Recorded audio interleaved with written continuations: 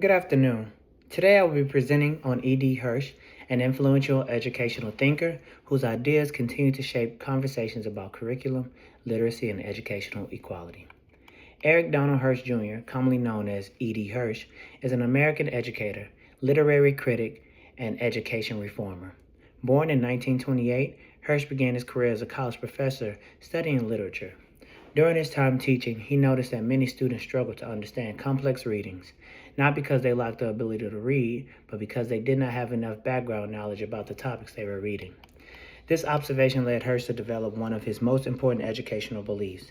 Students need a strong foundation of knowledge in order to learn effectively. He argued that reading comprehension is not simply about recognizing words or practicing reading strategies. Instead, students understand text better when they already have information and experiences connected to the subject. One of Hirsch's most recognized ideas is that knowledge comes before critical thinking. Many educators emphasize the importance of students analyzing, questioning, and solving problems. Hirsch agreed that these skills are important, but he believes students cannot think deeply about topics they know very little about. In order to form opinions, make connections, and evaluate information, students first need a strong understanding of facts and concepts. For example, students cannot fully analyze the causes and effects of World War II without first learning about important events, historical figures, political decisions, and social conditions that influence the conflict. Knowledge provides the foundation that allows critical thinking to take place.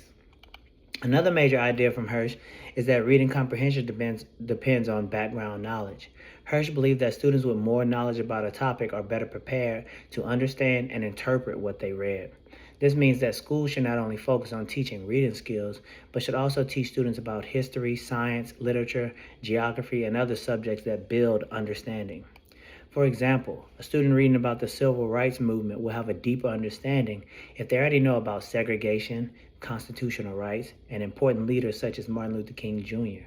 Background knowledge allows students to make connections and better understand the meaning behind the text. Hirsch also believed that a shared curriculum promotes educational equity. He argued that every student deserves access to important academic knowledge, regardless of their background or personal circumstances. According to Hirsch, schools should provide students with a common foundation of knowledge so that all learners have equal opportunities to succeed. This belief led to the creation of the core knowledge movement, which promotes a carefully organized curriculum that identifies important concepts students should learn at each grade level. The goal is to build knowledge gradually, allowing students to develop a deeper understanding as they progress through school. Hirsch's ideas have had a significant impact on education. His work has influenced curriculum development, literacy instruction, and discussions about how schools can close achievement gaps. Many educators now recognize that students need both skills and knowledge to become successful learners. However, Hirsch's ideas have also received criticism. Some educators believe his approach places too much emphasis on common knowledge and traditional academic content. Critics argue that education should also allow more room for students' interests, creativity, cultural experiences, and personal exploration. They believe students should not only learn information, but should also have opportunities to create, collaborate, and apply their learning in meaningful ways. My personal view is that Hirsch's emphasis on knowledge is an important reminder that students need a strong academic foundation. Without knowledge, it is difficult to think critically or understand complex ideas. However, education should include a balance between building knowledge and developing creativity, problem-solving skills, and real-world application. E.D. Hirsch's work remains relevant today because students are surrounded by more information than ever before. Having access to information is not the same as understanding information.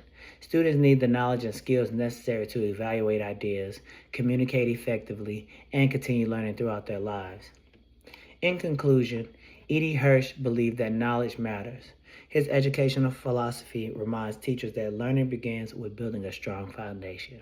By providing students with meaningful knowledge and opportunities to use that knowledge, educators can help prepare students for success in school, careers, and society. Thank you for listening.